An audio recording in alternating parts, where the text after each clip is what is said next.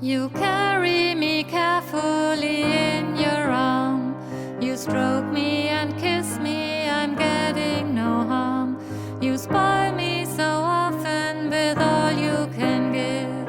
So much it is what I receive,